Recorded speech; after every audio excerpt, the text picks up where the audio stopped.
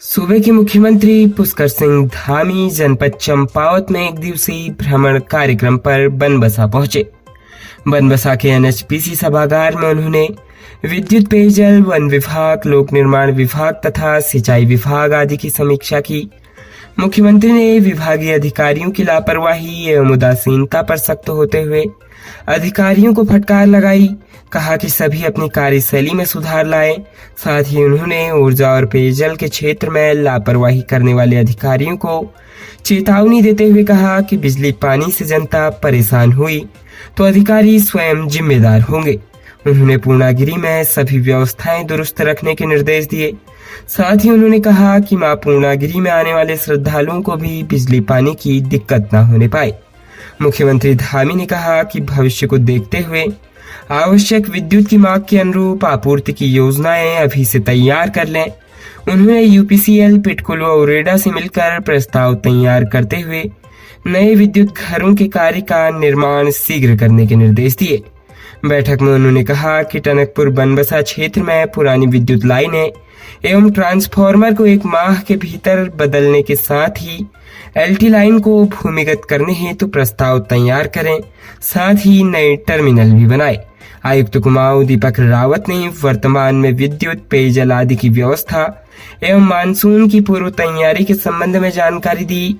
बैठक में Uttarakhand power corporation, PTCUL, Uttarakhand जल निगम, विद्युत निगम, लोक निर्माण विभाग एवं जल संस्थान के विभाग अध्यक्ष द्वारा वर्तमान में विद्युत पेयजल की समस्या के समाधान हेतु करी जा रही कार्रवाई को पावर पॉइंट प्रेजेंटेशन के माध्यम से अवगत कराया।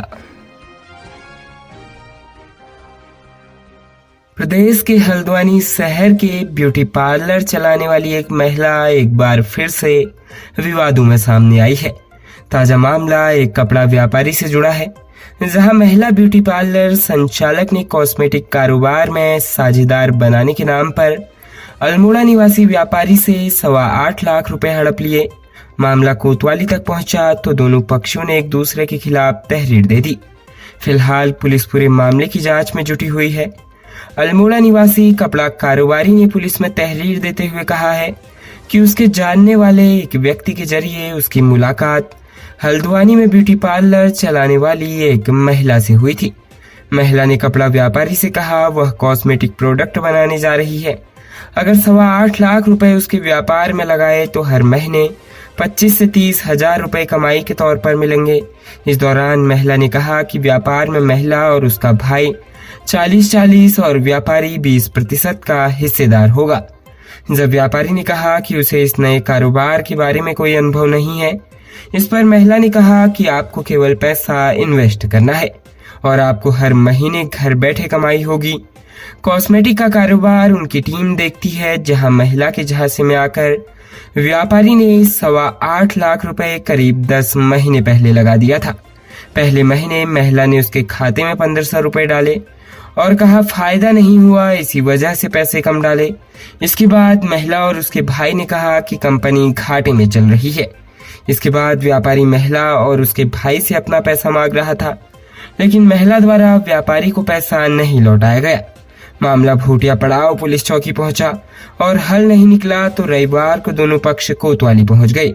आरोपी महिला ने व्यापारी पर बदसलूकी और गाली गलौज का आरोप लगाते हुए पुलिस को तहरीर दी है। फिलहाल पुलिस दोनों तरफ से तहरीर लेते हुए मामले की जांच में जुटी है। पुलिस का कहना है कि जांच के बाद ही अग्रिम कार्रवाई की जाएगी। राज्य उत्तराखंड में स्थित विश्व प्रसिद्ध श्री केदारनाथ और बद्रीनाथ धाम के दर्शन के बाद रविवार को दक्षिण भारतीय फिल्मों के सुपरस्टार रजनीकांत द्वाराहाट में योगदा आश्रम पहुंचे।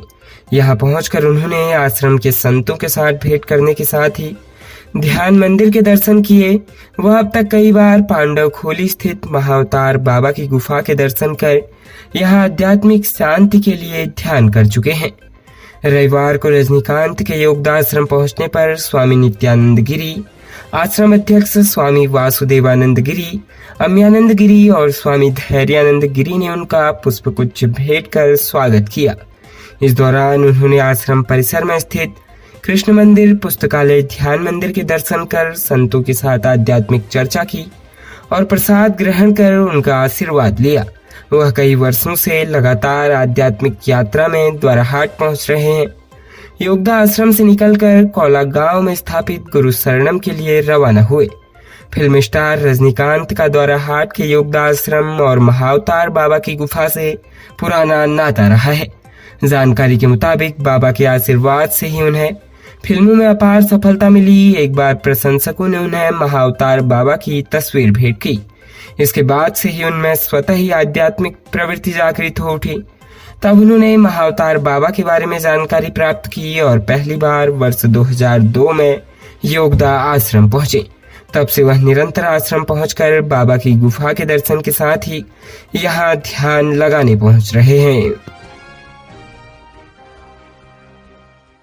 राज्य उत्तराखंड से रिश्तों को शर्मसार करने वाली घटना सामने आ रही है, जहां देवर ने अपनी मानसिक रूप से अस्वस्थ विधवा भाभी के साथ दुष्कर्म कर गर्भवती बना दिया है। मामला चंपावत जनपद के लोहाघाट के बाराकोट ब्लॉक के एक गांव से पीड़ित विधवा के भाई की तहरीर पर लोहाघाट पुलिस ने मामला दर्ज कर आगे की कार्रवाई शुरू कर दी है। थाना प्रभारी लोहाघाट अशोक कुमार ने बताया, बाराकोट के गांव की विधवा महिला के द्वारा अपने देवर त्रिभुवन चंद्र पर दुष्कर्म कर उसे गर्भवती बनाने का गंभीर आरोप लगाया गया। थाना प्रभारी ने बताया, महिला के भाई की तहरीर पर पुलिस ने आरोपी देवर त्रिभुवन चंद्र के खिलाफ आईपीसी की धारा 376 के तहत मुकदमा दर्ज कर लिया है। मामले की जांच एसआई सुष्मिता राणा के द्वारा की जा रही है।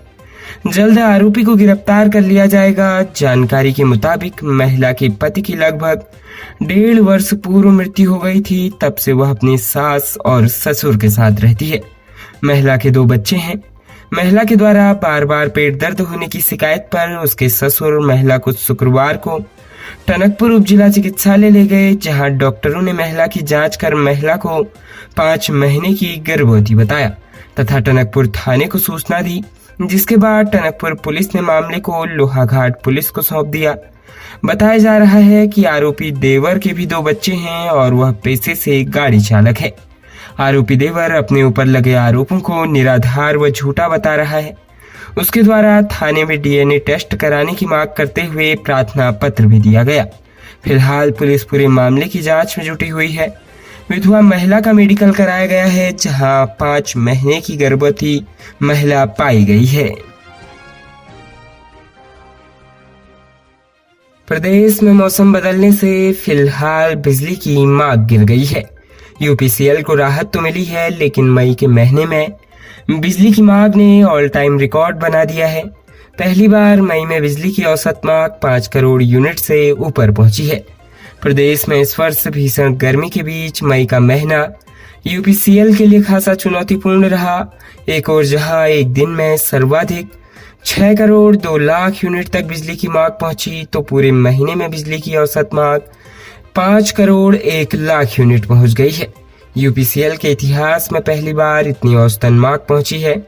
औसत मांग 4 करोड़ यूनिट 2019 में लगभग 4 करोड़ 2 लाख, 2020 में 3 करोड़, 2021 में 3.3 करोड़, 2022 में 4 करोड़ 5 लाख और 2023 में 4.3 करोड़ यूनिट तक थी। इस वर्ष 5.1 करोड़ तक मांग पहुंचने की वजह से यूपीसीएल को बिजली आपूर्ति में खासी मशक्कत का सामना करना पड़ा है।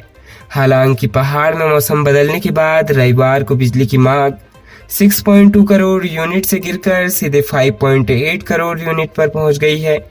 यूपीसीएल प्रबंधन के मुताबिक औसत मांग के सापेक्ष पहली बार औसत उपलब्धता 4.2 करोड़ यूनिट रही है। खबरों में बने रहने के लिए धन्यवाद। खबरों से प्रकाशित रहने के लिए कुमाऊनी कुटुंब को सब्सक्राइब करना न भूलें तथा खबरों को शेयर कर सहयोग प्रदान अवश्य करें।